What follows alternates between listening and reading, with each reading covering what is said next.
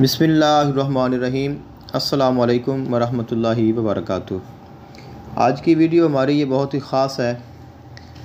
اور اس کی وجہ ایک سوال ہے، اور وہ سوال یقیناً بہت ہی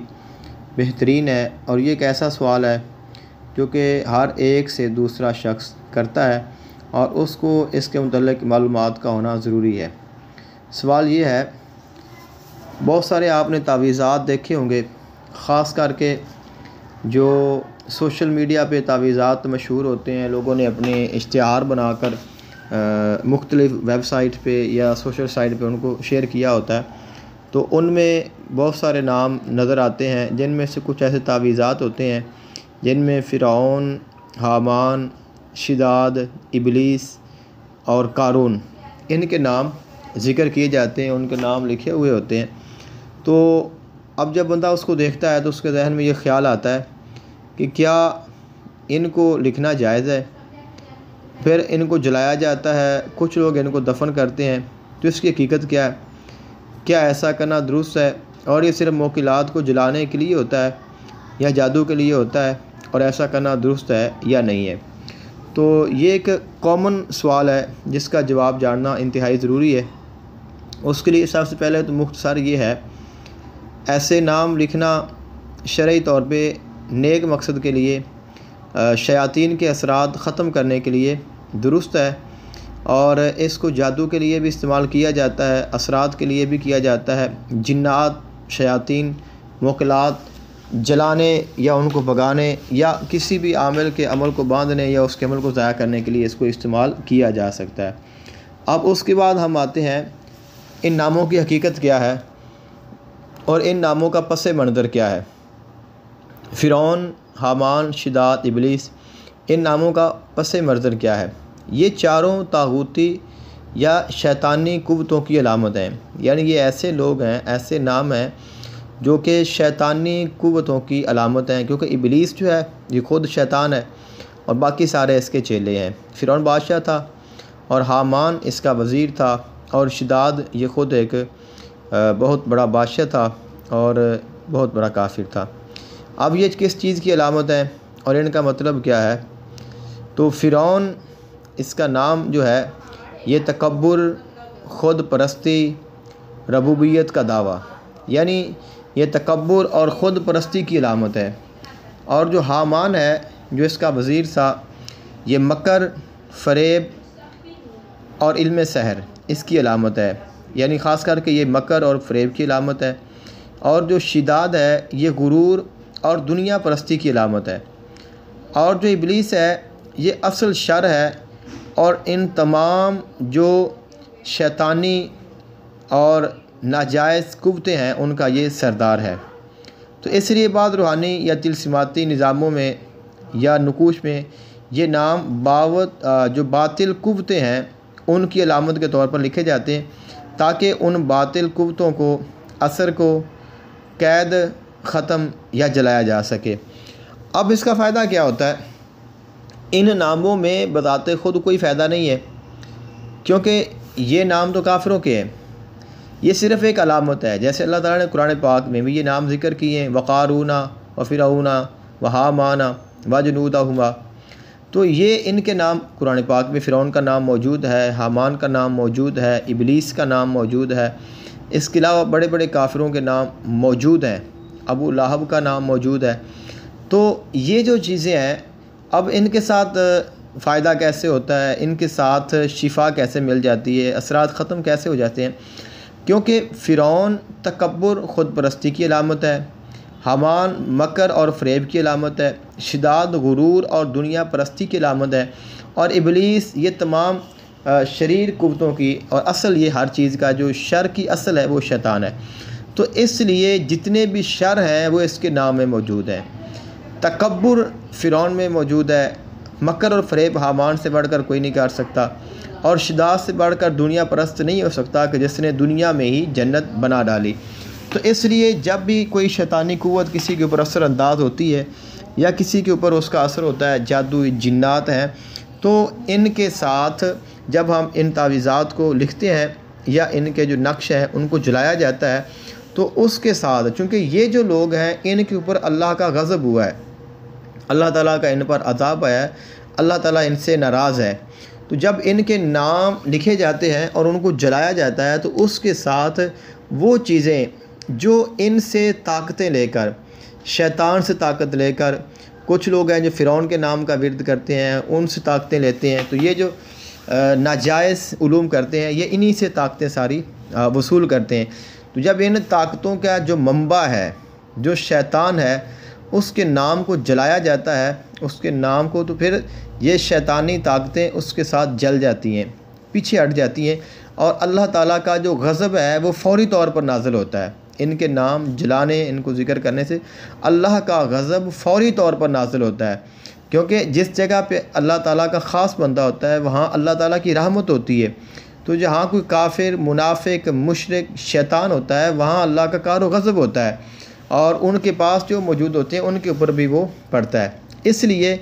ان چیزوں کو استعمال کیا جاتا ہے۔ اب آتے ہیں ہم جلانے یا دفن کرنے کی حقیقت کیا ہے۔ تو جلایا کس لیے جاتا ہے؟ جب کسی باطل یا نجس اثر کو ختم کرنا مقصود ہو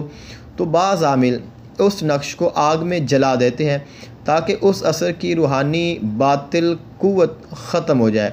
یعنی یہ علامتی ابطال ہوتا ہے، جادو نہیں ہے، یعنی ان ناموں کو جادو کے طور پر استعمال نہیں کیا جاتا، کسی کے اوپر کلام کرنے کے لیے نہیں کیا جاتا،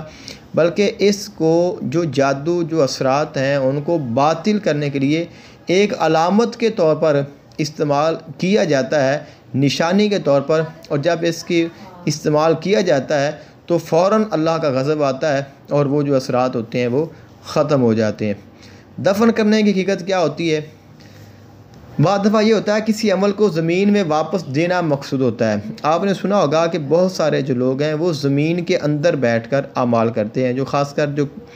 ناجائز علوم جن کے پاس ہوتے ہیں، یہ قبرستانوں میں، قبروں میں اندر بیٹھ کر یہ علوم حاصل کرتے ہیں، اور یہ جو شیطانی طاقتیں ہیں یہ زیادہ جو ہیں یہ انڈر رہتی ہیں۔ تو اس کے علاوہ بہت ساری جگہ ہیں لیکن زیادہ تر یہ اپنے آپ کو چھپا کر رکھتی ہیں، اور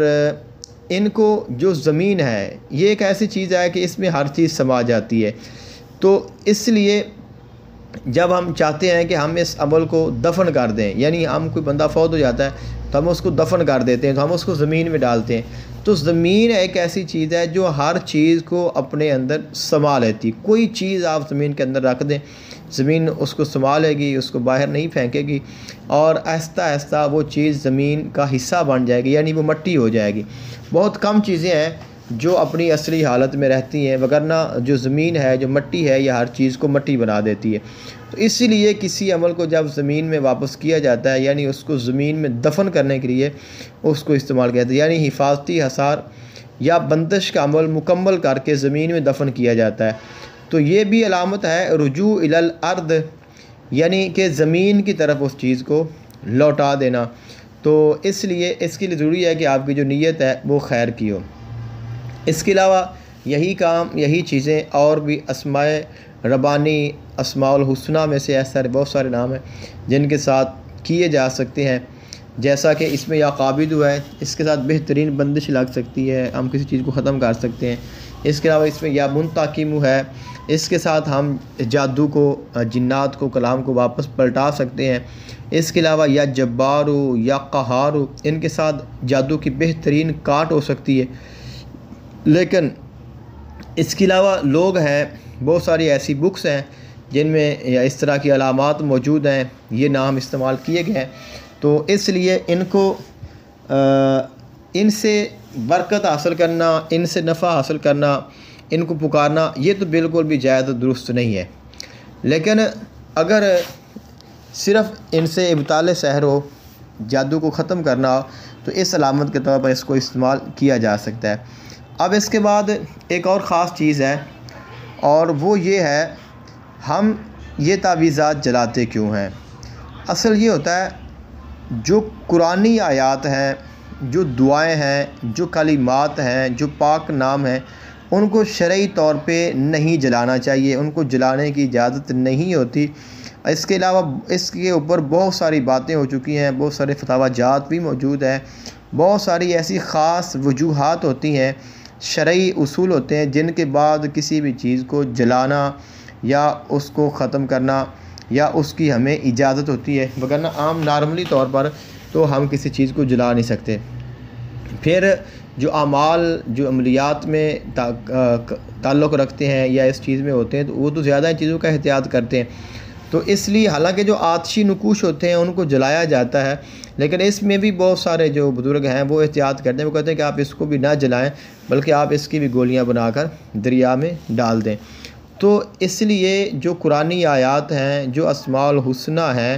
ان کو جلانا نہیں چاہیے۔ میں نے خود دیکھا ہے کچھ ایسے لوگ ہیں جو پنجتن پاک کے نام کی دھونی بنا کر دیتے ہیں، یعنی عام بچے کسی کو سایہ جنات اثرات ہو گئے تو ان کو دھونی بنا کر دے دیتے ہیں، کچھ لکھتے ہیں اور اس کو گول سی بنا کے دے دیا کہ آپ تھوڑی تھوڑی اس کو جلا کر اس کا جو دھواں ہے وہ مریض کے ناک میں دیتے رہیں کہ تاکہ اس کے ناک میں جائے، جسم کے اندر جائے گا تو اثرات خارج ہو جائیں گے۔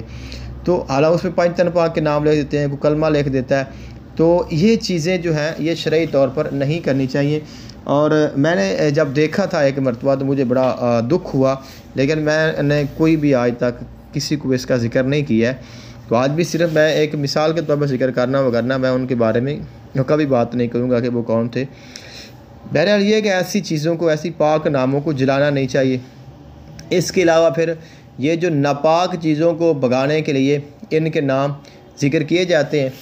تاکہ فوراً اللہ تعالیٰ کا قہر اور غضب ہو اور یہ جو ہیں وہ جل جائیں، خاک ہو جائیں، بھاگ جائیں۔ اور اس کے ساتھ بھی ہوتا ہے کہ پھر اللہ تعالیٰ کے جو پاک نام، پاک کلام ہے، ان کے ناموں کی بے ادبی اور گستاخی بھی نہیں ہوتی، تو اس لیے پھر ان چیزوں کو استعمال کیا جاتا ہے۔ لیکن پھر بھی میرا ایمان یہ ہے کہ ہمیں ان چیزوں کو استعمال نہیں کریں، حالانکہ اس کی اجازت ہے، اور بہت سارے جو بزرگ ہیں انہوں نے اپنی کتابوں میں ان کا ذکر کیا ہے۔ بڑے بڑے میں نے عاملین کو دیکھا ہے جنہوں نے جو تعویذات، فلیتے وغیرہ بنے ہوتے ہیں، تو ان میں یہ جو فرعون در نیل غرق شد، یہ تو عموماً جو عبارت ہے یہ تعویذات کے نیچے اور خاص کر کے جو فلیتے ہوتے ہیں جو جلانے کے لیے ہوتے ہیں یا دھونی ہوتی ہے سنگانے کے لیے دھواں، تو اس میں ان کو کثرت کے ساتھ استعمال کیا جاتا ہے۔ لیکن اگر اس کو استعمال نہ بھی کریں تو پھر بھی فائدہ ہو جاتا ہے۔ اس کے علاوہ بھی بہت ساری چیزیں ہیں، لیکن اگر پھر بھی خیر کی نیت ہو اور اس میں کسی کے فائدے کے لیے ہو تو اس کو شرعی طور پہ ان ناموں کو لکھنے میں کوئی بات نہیں ہے۔ جیسے عمومی طور پہ مجھے کسی نے بتایا کہ ہمارے گھر میں کچھ اثرات ہوئے تھے تو ہم کسی کے پاس گئے تو اس نے ہمیں یہ نام تعویذ بنا کے دیا جس میں حامان لکھا تھا، قارون لکھا تھا، شداد لکھا تھا، ابلیس لکھا تھا۔ اس نے ہمیں 7 تعویذ دیے۔ اس نے کہا کہ تم نے روزانہ ایک تعویذ لینا ہے اور پورے گھر کے جو لوگ ہیں وہ اس تعویذ کو اپنے جسم کے اوپر، پورے جسم پہ ملیں گے، لگائیں گے اور اس کے بعد اس کو جلا دیں گے۔ تو 7 دن تک 7 تعویذ جلائیں تو آپ کے گھر سے جو اثرات ہیں وہ ختم ہو جائیں گے۔ تو بہرحال لوگ اس طرح بھی کرتے ہیں، کرواتے ہیں۔ اس کے علاوہ داڑھ درد کے لیے، جسم درد کے لیے، بخار کے لیے، اس طرح فرعون کے نام کے فرعون غرق شد، فرعون در نیل غرق شد، ان کو عمومی طور پر بہت سارے لوگ استعمال کرتے ہیں۔ ہم نے دیکھا ہے بچپن میں ہم خود بھی ایک جو داڑھ درد ہے اس کے لیے اس کا عمل جو ہے وہ ہم سنا تھا تو ہم کرتے رہے۔ بہرحال یہ ہے کہ اب سمجھ آ گئی ہے چونکہ، تو اس لیے ان چیزوں سے میرا مشورہ یہ ہے کہ ہمیں گریز کرنا چاہیے، اور اس کا جو بہترین طریقہ یہی ہے کہ اگر آپ نے عمل کیا ہے اور آپ کے پاس ایک روحانی طاقت ہے اور آپ اس چیز کے ماہر ہیں اور آپ اس چیز کو سمجھتے ہیں تو آپ اس کو ختم کر سکتے ہیں۔ آپ دم کے ساتھ اس کا توڑ کر سکتے ہیں، دعا کے ساتھ کر سکتے ہیں، آپ اس کو تعویذ پلا سکتے ہیں، آپ اس کو تعویذ کھلا سکتے ہیں، آپ اس کو تعویذ پہنا سکتے ہیں، آپ تعویذ کے پانی کے ساتھ یا ویسے پانی دم کر کے آپ اس کو نہلا سکتے ہیں۔ تو اس کے علاوہ بھی اور بہت سارے ہیں کہ آپ اس کو دم کر دیں تو اس کے ساتھ توڑ بھی ہو سکتی ہے، کاٹ بھی ہو سکتی ہے، پلٹ بھی ہو سکتی ہے، حصار بھی ہو سکتا ہے۔ مطلب یہ کام بہت مشکل ہوتے ہیں، یہ کام ہر ایک بندہ نہ کر سکتا ہے، نہ کروا سکتا ہے۔ اس میں احتیاط بہت ضروری ہوتی ہے، ان چیزوں میں نقصان کا بہت اندیشہ ہوتا ہے۔ اگرچہ آپ حق پہ ہوں لیکن آپ کے پاس طاقت کا ہونا ضروری ہے، آپ کا حصار ہونا ضروری ہے، خاص کر کے آپ میں اتنی اہلیت ہو کہ سامنے والا اگر کوئی آپ کے اوپر عمل کر رہا ہے تو آپ کو فوراً پتہ چل جائے، آپ کے جسم میں ایک ایسی قوت موجود ہو جو آپ کو بتائے کہ آپ کے خلاف کوئی کر رہا ہے یا نہیں کر رہا ہے، یا آپ کا عمل ٹھیک ہے، آپ کا عمل قائم ہے، آپ کا عمل جاری ہے، آپ کی چیزیں آپ کے پاس موجود ہیں، آپ کی روحانیت موجود ہے یا نہیں ہے، اس میں کوئی نقصان تو نہیں ہو رہا ہے۔ جیسے مجھے کسی نے یہ بھی ایک سوال کیا ہے کہ ہم بعض دفعہ ایک عمل کرتے ہیں اور ہم کسی کے اوپر بندش لگا دیتے ہیں، لیکن کچھ دنوں کے بعد یا مہینے کے بعد ہماری جو وہ اثر ہے وہ ختم ہو جاتا ہے۔ تو اس کا مطلب یہ ہے، اس کی وجہ یہ ہے کہ آپ کا جو مخالف ہے وہ اس کا توڑ کرتا ہے۔ تو آپ نے جب ایک عمل کیا تو اس کی بندش ہو گئی، یا آپ کے عمل نے کام کیا۔ اب جس کے لیے آپ نے کیا ہے، یہ جو آپ کا دشمن ہے، جو آپ کا مخالف ہے، وہ پھر اس کے لیے کوشش کرتا ہے۔ اب جتنے دن اس کے لگ جائیں تو جب وہ کامیاب ہو جاتا ہے تو آپ کا جو عمل ہے، اس کا جو اثر ہے وہ بالکل ختم ہو جاتا ہے، آپ کے تعویذات غیر مؤثر ہو جاتے ہیں۔ اس کے بعد پھر آپ کو پھر کرنا پڑتا ہے۔ اور ایک سوال یہ بھی ہے کہ بعض دفعہ کہ ہم کسی اور کے اوپر بندش لگاتے ہیں لیکن وہ لگ جاتی ہے، لیکن کچھ دنوں کے بعد وہ جو ہماری بندش ہے وہ ہمارے کاموں پر ہی لگنا شروع ہو جاتی ہے، یعنی اپنے ہی کام بند ہونا شروع ہو جاتے ہیں، رکاوٹیں آنا شروع ہو جاتی۔ تو اس کی بھی یہی وجہ ہے کہ آپ کا عمل اس نے پلٹا دیا ہے، یعنی جو آپ نے اس کے لیے کیا ہے وہ آپ کو الٹا کر دیا ہے۔ اب جو اس کے لیے بندش ہے وہ آپ کی جو اپنی بندش ہے وہ آپ پر لگ رہی ہے، جس کو ہم رجت کہتے ہیں۔ تو یہی رجت ہوتی ہے اور یہی اس کی علامت ہوتی ہے۔ آگے اگر آپ اس کو کنٹرول کر لیتے ہیں تو ٹھیک ہے، لیکن نہیں تو پھر آگے جا کر پھر اس کا بڑا مسئلہ بھی ہو سکتا ہے۔ اس طرح میرے پاس ایک کیس آیا تھا تو جادو جنات کا ہی، تو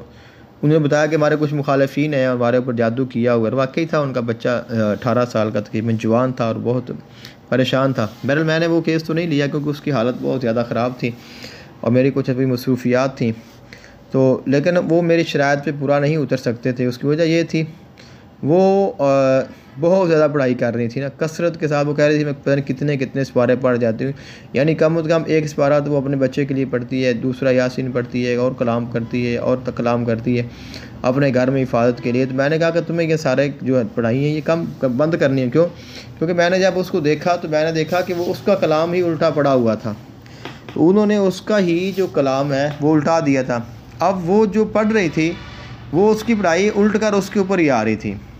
یعنی اب جو کرنے والے جو مخالف ہیں ان کو کچھ کرنے کی ضرورت ہی نہیں ہے، جو وہ کر رہی ہے وہی اس کے اوپر پلٹ رہا ہے، ان کے مسائل بڑھ رہے ہیں، پریشانیاں بڑھ رہی ہیں۔ تو ایسے معاملات انتہائی سخت ہوتے ہیں اور ان میں بہت زیادہ احتیاط کی ضرورت ہوتی ہے۔ اس میں عاملین کا بہت بڑا نقصان ہو جاتا ہے، مالی طور پر بھی ہو سکتا ہے، جانی طور پر بھی ہو سکتا ہے، روحانی طور پر بھی ہو سکتا ہے۔ آپ کے سارے اعمال بھی ختم ہو سکتے ہیں، سامنے والے کے اعمال بھی ختم ہو سکتے ہیں۔ ایسے کام ہر بندہ میرے خیال سے تو نہیں کر سکتا، نہ ہر بندے کو کرنے چاہیے۔ عام نارملی جو دم درود دعا ہے یہ تو ہر بندہ ہی کر لیتا ہے، لیکن اس طرح کے جو معاملات ہیں یہ صرف جو کامل ہے، جو اس چیز کا اہل ہے، اس کو ہی کرنے چاہیے اور اس سے ہی ہمیں کروانے چاہیے۔ تو بعض دفعہ یہ ہوتا ہے کہ ہمیں کوئی ملتا نہیں ہے، بعض دفعہ جو ملتا ہے وہ کامل نہیں ہوتا۔ اب اس میں پھر ہمارا لالچ بھی ہوتا ہے کہ ہم کہتے ہیں کہ یار یہ بندہ ہمارے پاس آ گیا ہے تو ہم اگر جائے گا تو ہمارا جو ہے کچھ نہ کچھ رزق بھی جائے گا، تو بندہ کہتا ہے کہ چلیں یار کچھ تو ہو ہی گا نا، جو ہوگا دیکھا جائے گا، تو کیس لے لیتے ہیں لیکن وہ حل نہیں ہوتا اور خراب ہو جاتا ہے۔ تو اس طرح پھر لوگ بھی اس طرح کرتے ہیں کہ وہ ایک کے پاس گئے نہیں ہوا کام، پھر دوسرے کے پاس چلے گئے نہیں ہوا کام، پھر کسی اور کے پاس چلے گئے نہیں ہوا کام۔ تو ایسے بار بار لوگ معالج بدلنے سے بھی ہمارے جو کیس ہیں وہ خراب ہو جاتے ہیں۔ اور میں نے تو دیکھا ہے بہت سارے ایسے لوگ ہیں جو کہ عجیب و غریب طرح کے، میں تو کہتا ہوں کہ لوگ ہیں، کہ ایک شخص کو میں نے دیکھا ہے کہ اس نے اپنا نام بہت بڑا لکھا ہوا ہے، خلیفہ مجاز ہے، اور اس نے ایک بندش کا تعویذ بتا دیا۔ تو میں نے کہا چلیں یار سنتے ہیں۔ تو حالانکہ وہ تعویذ میرے پاس پہلے سوشل میڈیا کے حوالے سے موجود تھا، بہرحال میں نے اس کو دیکھا۔ اب جب اس بندے نے دیکھا، میں نے اس کو بات کر سن لیتے ہیں یار یہ بندہ ٹھیک ہے، تو اس نے جب وہ نقش پیش کیا تو نہ تو اس نے نقش کی زکوٰۃ بتائی، نہ اس نے نقش بتایا کہ یہ ہے کس چیز کا، اور نہ اس کا آگے صرف بتا دیا کہ آپ یہ نقش لکھیں اور اس کے بعد آپ یہ پڑھیں اور اس کے بعد آپ کی بندش لگ جائے گی۔ تو بندش لگانا مذاق نہیں ہے، بندش لگانا یہ بہت بڑا کام ہے، ہر بندہ بندش نہیں لگا سکتا، دوسروں پہ لگائیں گے خود پہ لگ جائے گی۔ لیکن مجھے سب سے بڑا افسوس اس وقت ہوا جب میں نے اس نقش کو دیکھا، اس نقش کی چال ہی غلط تھی، کیونکہ جس بندے نے اس کو سوشل میڈیا پہ ڈالا تھا اس نے جان بوجھ کے اس کو غلط ڈالا ہے۔ میں اس بندے کو جانتا ہوں ذاتی طور پہ، میں نے 2-4 بار اس سے رابطہ بھی کیا ہے، وہ جان بوجھ کر جو نقش تعویذات ہیں ان میں کوئی نہ کوئی راز رکھ لیتا ہے، صرف اپنا اس کا نمبر ہوتا ہے کہ آپ میرے ساتھ رابطہ کریں، جب رابطہ کرتے ہیں تو پیسے کی ڈیمانڈ کرتا ہے، پھر وہ کام کرتا ہے، وہ کام ہوتے ہیں نہیں ہوتے وہ اللہ جانے اور اس کا کام جانے، لیکن ہر چیز اس کا رائٹ ہے۔ لیکن اب جو بندہ اس کو کاپی کر رہا ہے اور اپنے آپ کو ایک بہت بڑا نام بھی دے رہا ہے، لیکن اس نے اس کی چال ہی غلط لکھی ہوئی ہے۔ جب آپ کے نقش کی چال ہی غلط ہے اور آپ اس کو پیش کر رہے ہیں اور آپ اس کی چال بھی غلط آپ کو پیش کر رہے ہیں، تو کیا ثابت ہوتا ہے کہ آپ نے پھر کتنا علم سیکھا ہے؟ اور اگر آپ اس کو جان بوجھ کر غلط دے رہے ہیں تو یہ تو بہت بڑی زیادتی ہے۔ ایک شخص اور ہے، تو انہوں نے ایک نقش جو ہے فَسَيَكْفِيكَهُمُ اللَّهُ السَّمِيعُ الْعَلِيمُ کا ذکر کیا، بہت بڑی اس کی فضیلت بیان کی، ویسے بہت بڑی اس کی فضیلت ہے، بہت کمال کی چیز ہے، لیکن اس کی جو چال ہے اس میں ایک جو خانہ ہے اس میں ایک چیز کا فرق رکھ دیا۔ اب جو جاننے والا ہے وہ تو اس کو درست کر لے گا، لیکن جو نہیں جانتا وہ کیا کرے گا؟ وہ تو پریشان ہے، وہ تو جس طرح اس نے دیکھا ویسے ہی اس نے لکھ لیا۔ اب ایک بندے نے آپ کو پیر مان لیا، آپ کو ولی مان لیا، آپ کو کامل مان لیا، جس طرح کہ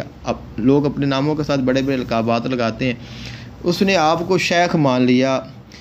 کچھ بھی آپ کو مان کے آپ پر ٹرسٹ کیا، آپ پہ بھروسہ کیا، جو چیز آپ نے خود پیش کی، شیئر کی، دی،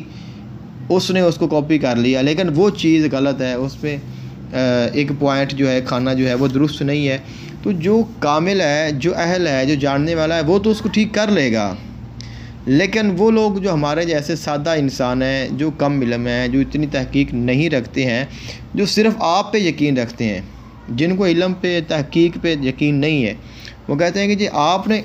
کی زبان سے یہ نکل گیا ہے تو اب یہی حرف آخر ہے، تو ان لوگوں کے ساتھ یقیناً یہ ناانصافی ہوتی ہے۔ بہرحال جی یہ چیزیں تو بہت زیادہ ہیں، تو باتیں تو ایسی ہیں، اتنی ہیں کہ انسان ختم ہو جائے لیکن باتیں ختم نہ ہوئیں، اور قدرتی طور پہ پتہ نہیں مجھے کیا ہو گیا،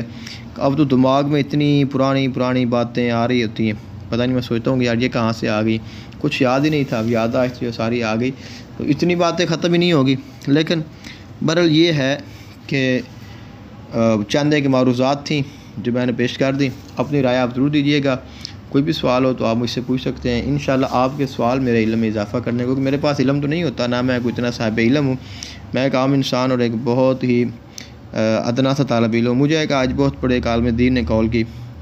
اور مجھے انہوں نے ڈرایا کہ میں جس CBI سے بات کر رہا ہوں، ویسے مذاق کر رہے تھے، بچپن کے بہت پرانے اسٹوڈنٹ تھے ہمارے جامعہ کے، تو مجھے کہتے کہ صاحب بڑے آپ نے تو اشتہار لگایا ہوئے فیس بک وغیرہ، میں نے کوئی اشتہار نہیں لگایا، جو مجھے پتہ چلتی ہے تو میں اس کو شیئر کر دیتا ہوں۔ تو کہتے جی آپ کے پاس کتنا علم ہے؟ میں نے کہا کہ 100 میں سے 0 پہ ہی جا رہا ہوں ابھی تک، تو میرا تو حال یہی ہے کہ 100 میں سے 0 پہ ہی جا رہا ہوں، لیکن آپ لوگوں کی دعائیں اور آپ لوگوں کی جو محبت ہے یہ مجھے مجبور کرتی ہے ایسی معلومات اور ایسی ویڈیوز بنانے پہ۔ اللہ تعالیٰ آپ کو سلامت رکھے، دعا میں یاد رکھا کریں۔ السلام علیکم ورحمۃ اللہ وبرکاتہ۔